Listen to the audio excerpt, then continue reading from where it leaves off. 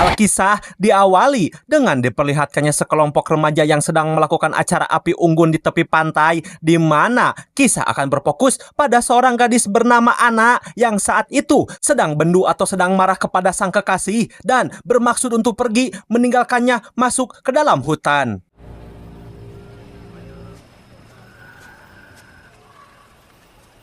Hingga ketika di dalam hutan, Ana malah menemukan 3 tumpuk kantong plastik yang nampak sangat mencurigakan dan berbau menyengat. Ana yang mulai merasa penasaran bermaksud untuk mencoba membukanya hingga tiba-tiba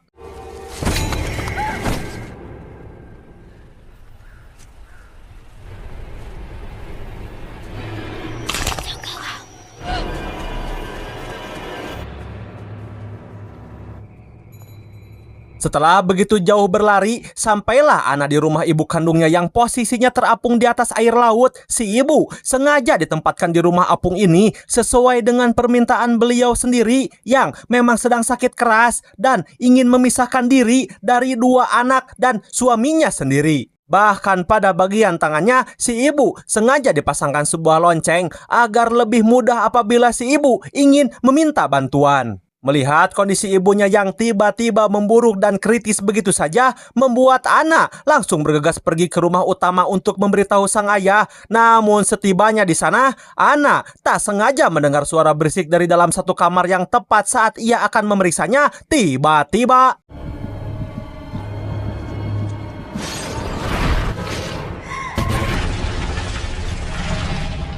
ya, rumah apung itu pun meledak dengan si ibu yang masih ada di dalamnya, di mana semua kejadian barusan adalah kisah yang sedang Ana ceritakan kepada dokter psikolog.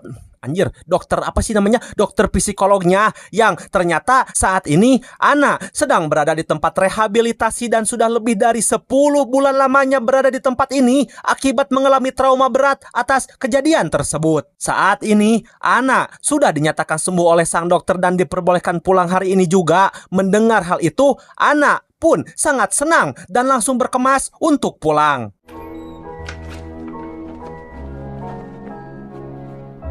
Tepat saat sang ayah sudah datang bermaksud untuk menjemputnya, datanglah salah satu pasien menghampiri Ana dengan raut wajah yang pikas sebelen. Namun hal itu tidak terlalu diperdulikan oleh Ana sendiri.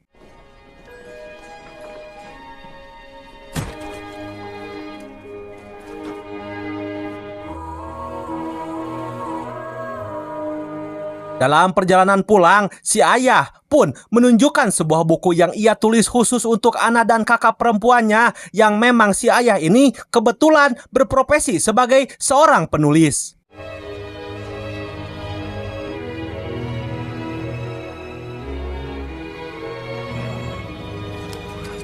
Setibanya di rumah, Ana langsung bergegas lari ke dalam kamar tidurnya dan langsung gogoleran di atas kasur yang sudah lebih dari 10 bulan tidak ia rasakan dan rindu gitu dengan jejak dahdir yang masih berbekas. Hingga ketika melihat Alex, sang kakak sedang berenang, Ana memutuskan untuk langsung menyusulnya keluar hingga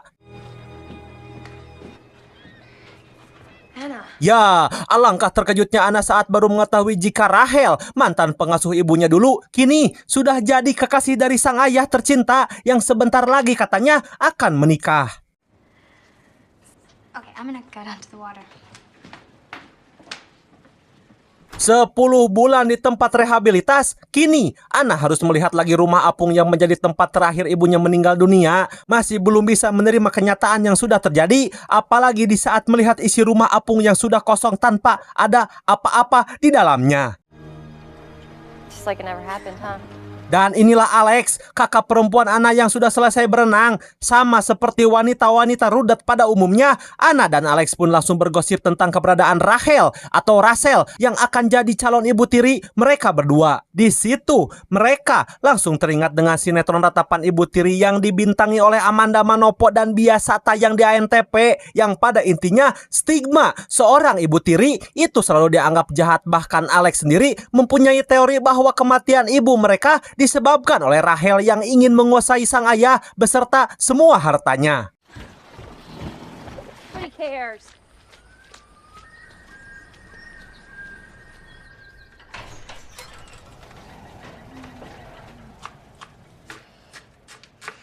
Di saat Ana pergi ke dapur tepat saat ada Rahel yang sedang memasak, Rahel pun langsung memeluk Ana sekaligus memberi pengertian bahwa Ana dan Alex pasti sulit menerima kenyataan akan keberadaan dirinya di rumah ini. Namun bagaimanapun juga jodoh, pati, bagja, cilaka semua sudah ada yang mengaturnya dan tidak akan ada yang tahu bagaimana jalan ceritanya kecuali sutradara. Hehehe. Disitulah Ana mempertanyakan tentang papan tulis yang biasa terpasang pada dinding tembok hingga Rahel mengatakan bahwa ia sudah membereskan dan menyingkirkan semua hal dari masa lalunya agar mereka bisa fokus menatap masa depan dan menjalaninya dengan lebih baik. Penasaran dengan papan tulis tersebut, Ana pun mulai mencarinya ke gudang di lantai paling atas. Selain mencari papan tulis itu, Ana juga tak sengaja menemukan lonceng milik ibunya dan memutuskan untuk mengambilnya. Tak hanya itu saja, Ana juga menemukan satu foto keluarga yang terdapat juga ada si Rahel yang kefoto atau ikut foto di dalamnya. Sempat punya pikiran yang sama seperti Alex, kakaknya, bahwa jangan-jangan memang Rahel lah pelaku yang telah meledakkan rumah apung dan membunuh ibu kandungnya. Singkat cerita, malam pun datang. Di saat Ana sedang membaca buku di dalam kamarnya sendiri, ia tiba-tiba saja mendengar suara aneh dari kamar ayahnya dengan suara Rahel yang sedang mengerang kesakitan, termasuk suara ayahnya yang juga ikut kecapean. Entah apa yang sedang mereka lakukan malam-malam seperti ini, apakah sedang bermain karambol atau sedang main kuda-kudaan, entahlah. Ana pun memutuskan untuk mending tidur saja.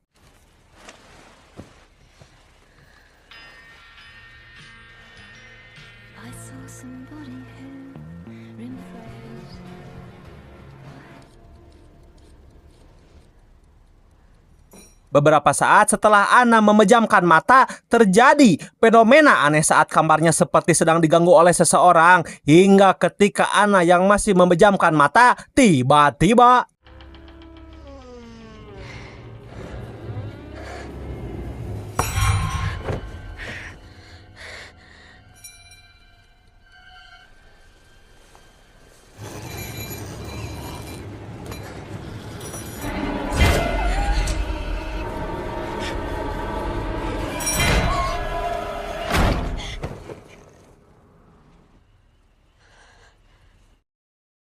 keesokan paginya, Ana dan Alex pun memutuskan untuk berenang di laut demi untuk menghilangkan kepusing mereka berdua atas keberadaan calon ibu tirinya.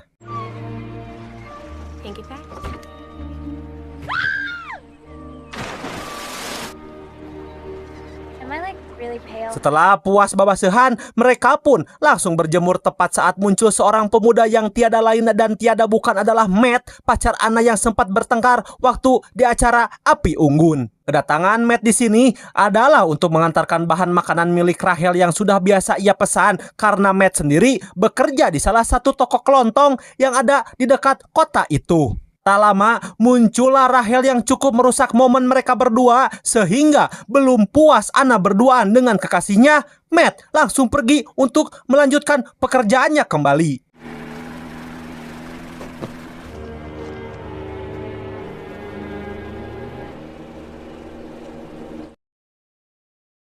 Malam harinya, di saat sedang menonton TV bersama, Ana kembali dibuat ilfil tak kala melihat Rahel dan ayahnya malah mesra-mesraan tanpa memperdulikan kedua anaknya. Sehingga Ana yang sudah izin dan geneh gitu melihat itu semua langsung beranjak pergi dari sana dan menuju rumah apung untuk menyendiri.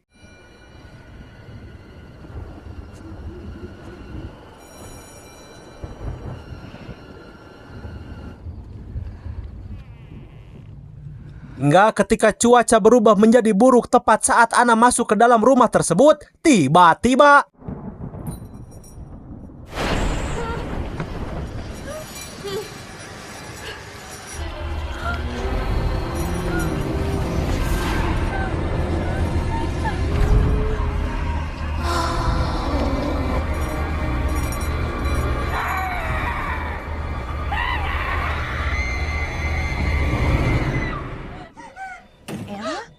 Beruntung, Alex sang kakak pun langsung datang setelah mendengar teriakan Anna, hingga mereka berdua pun langsung teralihkan oleh sesosok seseorang yang berada di luar jendela, yang ternyata itu adalah Rahel yang seolah menatap dan mengawasi mereka berdua dari kejauhan.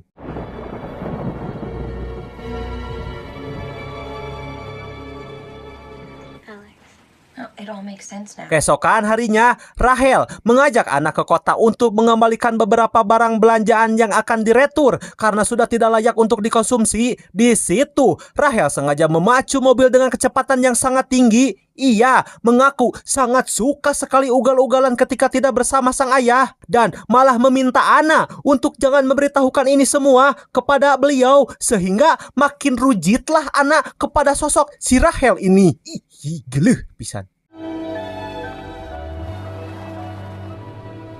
Setibanya di kota, mereka tidak langsung pergi ke toko melainkan mampir dulu ke warung kopi untuk ngobrol-ngobrol santai berdua. Di situ, Rahel terus saja nyerocos menceritakan masa lalunya sebagai seorang pengasuh, di mana ia mengaku pernah merawat seorang majikan kaya raya yang sangat baik dan memberikannya kalung mutiara sebagai hadiah ulang tahunnya. Saat masih mengobrol itulah, pandangan Anna tiba-tiba saja teralihkan oleh keberadaan 3 anak kecil yang sedang duduk di kursi bar, hingga salah satu dari mereka malah melihat ke arah Anna sampai pada akhirnya Anna? Are you alright? Yeah. di luar terlihat ada Matt yang sedang bekerja. Anna dan Rahel pun langsung pergi ke toko untuk mengembalikan barang yang akan diretur, di mana Anna sendiri memilih untuk menemui Matt di sebuah gudang belakang sembari membuat janji untuk bertemu pada pukul 2 subuh nanti di sebuah bukit dekat rumahnya dengan maksud untuk merajut kembali kisah asmara yang sempat terputus. It's gonna be my job from now on.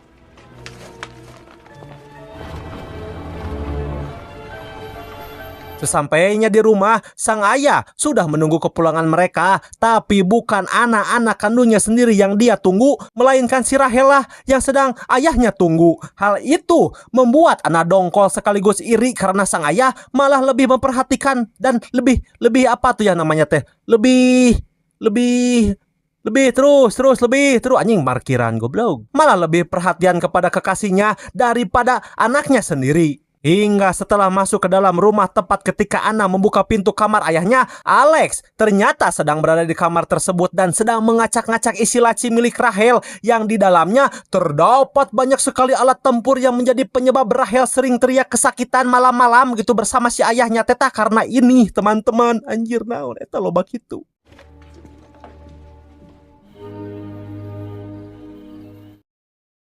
Pada malam harinya tepat pukul 2 subuh, Anna meminta Alex untuk menemaninya pergi ke bukit belakang rumah dengan maksud untuk menemui Matt yang akan datang sesuai janji tadi siang. Namun setelah beberapa saat menunggu, Matt tak kunjung muncul sehingga Anna dan Alex pun akhirnya pulang kembali ke rumah dan memutuskan untuk langsung tidur saja.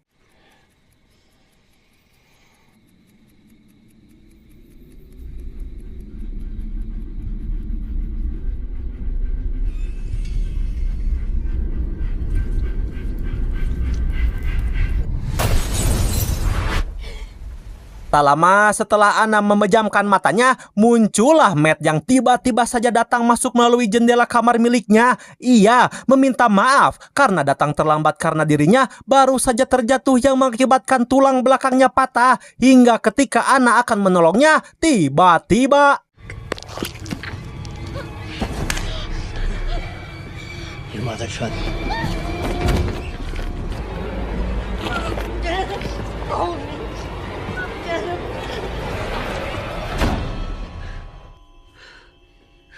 setelah mengalami halusinasi barusan, di luar terlihat sudah ada para polisi dan sebuah helikopter yang sedang mengevakuasi jasad korban tenggelam yang diketahui sudah menghilang sejak semalam, di mana Anna benar-benar terkejut saat menyadari jika korban yang dimaksud adalah pacar dirinya sendiri yang belum diketahui penyebab kematiannya.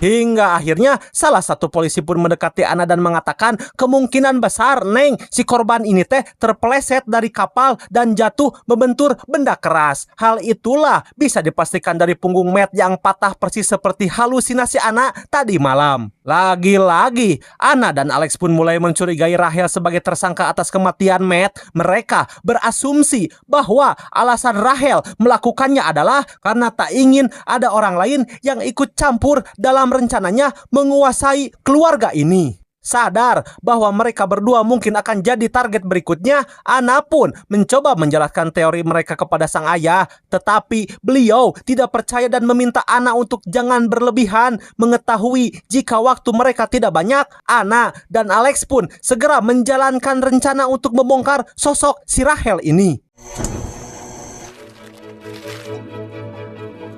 Tepat saat sang ayah akan mengadakan acara pesta di rumahnya untuk merayakan penjualan buku terbarunya, Rahel terlihat sedang sibuk melakukan persiapan pesta tersebut. Hal itu dimanfaatkan oleh Ana untuk mengambil sesuatu dari dalam tasnya demi mengetahui siapa nama asli dari si Rahel ini. Staff at the hospital between July and December of 2005. Check on someone who worked for you several years ago. Setelah dicocokkan dengan berkas-berkas miliknya yang lain, tidak ada hal yang mencurigakan yang ditemukan. Namanya memang benar gitu adalah Rahel Summer, dan sudah bekerja sebagai seorang pengasuh pribadi sejak 10 tahun yang lalu. Singkat cerita, malam pesta pun tiba. Ana dan Alex terlihat kurang antusias dengan pesta yang diadakan oleh sang ayah ini. Mereka masih fokus pada rencana untuk membongkar sosok dari Rahel yang jahat, di mana Ana nekat menemui Rahel yang sedang berada di dapur dengan berpura-pura akan membantu pekerjaannya memasak ayam panggang spesial.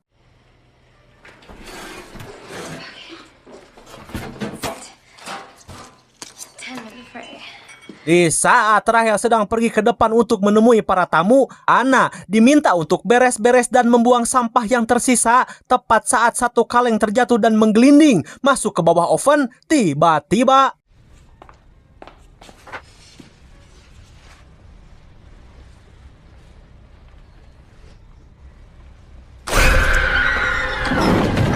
ya, Ana kembali mengalami halusinasi yang dimana karena kejadian tersebut, ayam yang sudah dipersiapkan Rahel pun harus terjatuh karena tak sengaja tersenggol Ana, dan pesta pun harus berakhir. Dari kejadian tersebut, Rahel sangat marah besar, begitu juga sang ayah yang merasa kecewa kepada anak bungsunya. Listen, I'll be in New York tomorrow.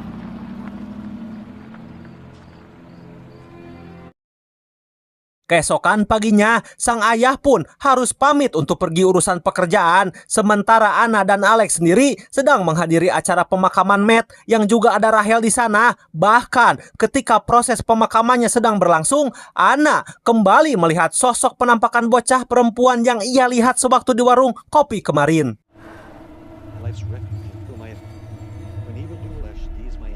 Merasa penasaran dengan sosok tersebut, Ana pun memutuskan untuk mengikutinya dan mencari tahu siapa sosok sebenarnya hantu tersebut, hingga pada akhirnya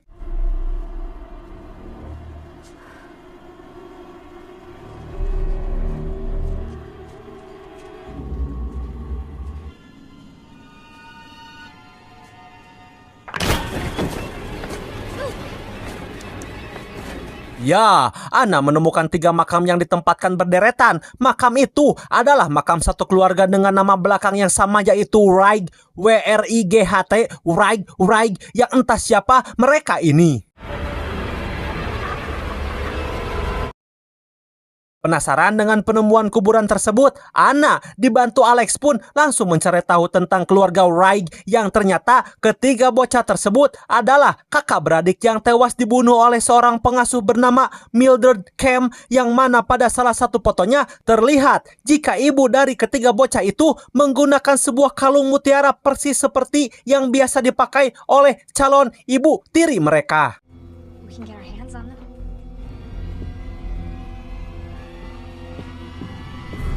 Tanpa mencari tahu lebih detail akan kasus ini, Anna dan Alex yang sejak awal sangat benci terhadap Rahel pun menjadi semakin yakin bahwa Rahel adalah seorang psikopat yang terbiasa menghabisi majikannya untuk menguasai harta bendanya. Sehingga satu-satunya cara untuk menyelamatkan keluarga ini adalah dengan mencuri kalung mutiara yang ada di kamar Rahel untuk dijadikan sebagai barang bukti kepada pihak kepolisian. Karena kamar Rahel terkunci dari dalam, Alex memutuskan untuk mencoba masuk melalui jendela. Yang tak lama setelah Alex bergerak, Anna langsung dikejutkan oleh kemunculan Rahel yang tiba-tiba saja keluar dari dalam kamarnya dan ujug-ujug saja menyerahkan kalung mutiara tersebut hingga tiba-tiba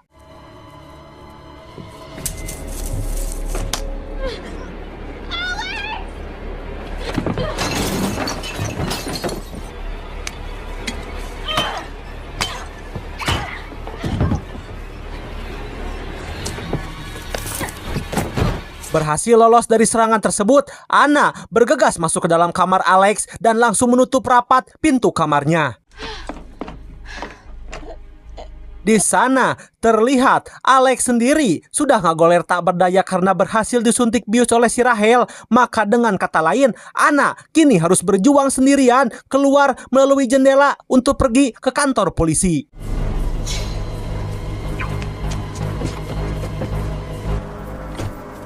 Selayaknya film-film pada umumnya, mobil yang Anna gunakan pun ujug-ujug saja sulit untuk dihidupkan, sehingga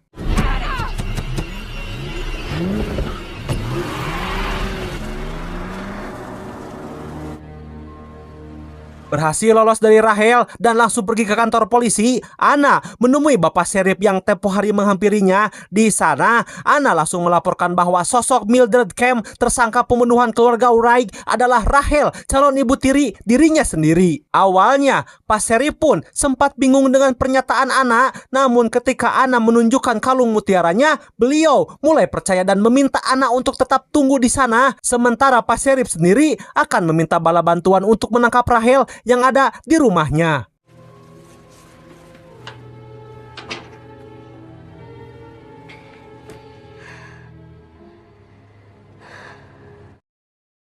Sejenak, Anna bisa bernapas lega sampai tak sengaja dia pun tertidur pulas di kantor polisi tersebut. Namun ketika Anna membuka matanya, di situ sudah ada Rahel dan Bapak Sheriff yang malah langsung membiusnya hingga tak sadarkan diri.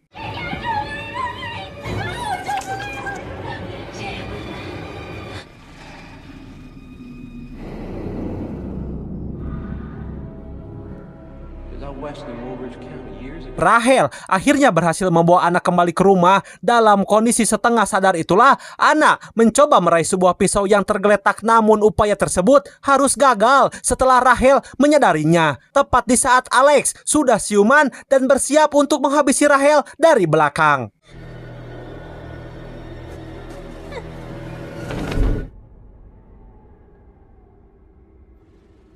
1 jam kemudian, Anna akhirnya siuman dan menemukan kondisi Rahel sudah tak bernyawa, yang sudah pasti telah dihabisi oleh Alex, kakaknya sendiri.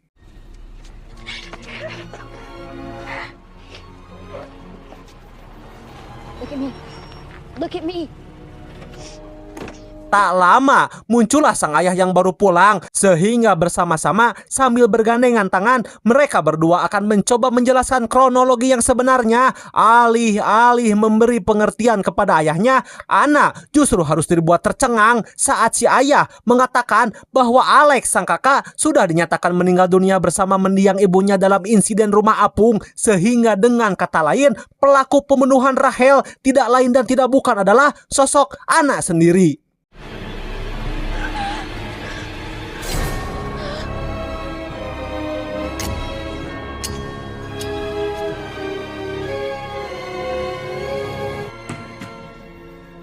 Disinilah kita semua akhirnya mengetahui fakta yang sebenarnya terjadi, bahwa ternyata pada malam kejadian di adegan awal ketika Anna sedang mencari ayahnya di rumah utama, Anna tak sengaja mendapati ayahnya dan Rahel sedang berselingkuh melakukan kegiatan terlarang di salah satu kamarnya, sehingga Anna yang marah pun berniat untuk membakar rumah utama mereka dengan cara mengambil bensin di rumah apung tepat saat Alex kakaknya muncul di tempat itu. Di sana, karena Ana sedang diliputi rasa emosi yang sangat-sangat luar biasa, ia tak sadar bahwa keran tangki bensinnya tidak tertutup dengan rapat. Ditambah Ana menutup pintu dengan sangat keras yang menyebabkan lilin penerangannya pun jatuh, sehingga membuat rumah apungnya pun meledak dan menewaskan ibu dan Alex, kakak perempuannya.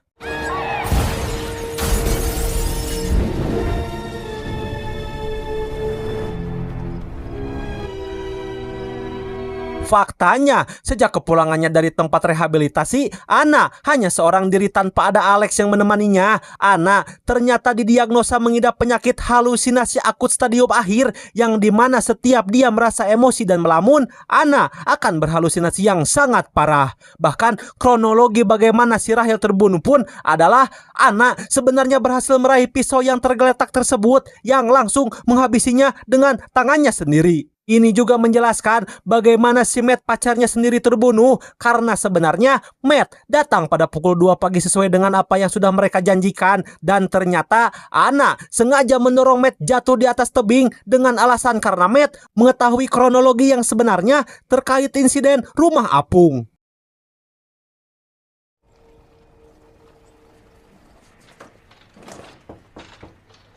Setelah semuanya terkuak, si ayah yang malang hanya bisa meratapi anaknya dibawa oleh para petugas rumah sakit jiwa, yang selama dalam perawatan, Ana tidak sedikit pun menunjukkan tanda-tanda penyesalan. Malah yang ada, dia malah merobek foto wajah Rahel yang masih dianggap sebagai tersangka utama atas kematian ibu dan kakaknya sendiri. Di akhir film, masih ada satu kejutan terakhir yang kemungkinan akan membuat Anda tercengang, teman-teman, yaitu perihal sosok Mildred Kemp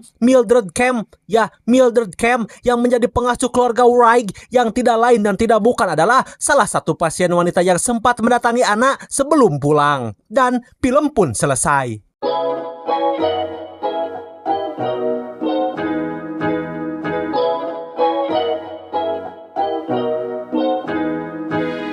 Gimana teman-teman untuk filmnya? Seru bukan? Cukup membuat liar kepala kita ya, membuat liar dan pusing lah, dan menerka-nerka, dan anjir komanya gitu tah. Bahkan tanpa sadar saya sendiri pun sudah dosa loh, karena sudah suujon terhadap si Rahel ini. Waduh, padahal kan si Rahel bukan pelaku utamanya gitu, melainkan si Ananya sendiri. Makanya teman-teman, jangan mudah percaya begitu saja terhadap seseorang. Ingat, teruslah berbuat baik dan berprasangka baik juga terhadap seseorang, karena sebenarnya tidak semua orang yang terlihat jahat memanglah jahat, dan tidak semua orang yang terlihat baik memanglah baik. Pengabdi Film Dur pamit, sampai ketemu kembali di film-film berikutnya.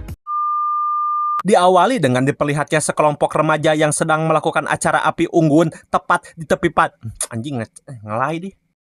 Di situ anjing batuk. Yang ternyata itu ada anjir batuk. Ia mengaku sangat suka sekali ugal-ugalan ketika tidak bersama sang ayah. Anjing. Dengan maksud untuk merajut kembali kisah asmara yang sempat terputus akibat lumah naon anjing ngomong naon hasyang. Anjing salah wae. Melainkan Rahel lah yang sangat ayah tunggu anjing naon sih ngomong naon ieu.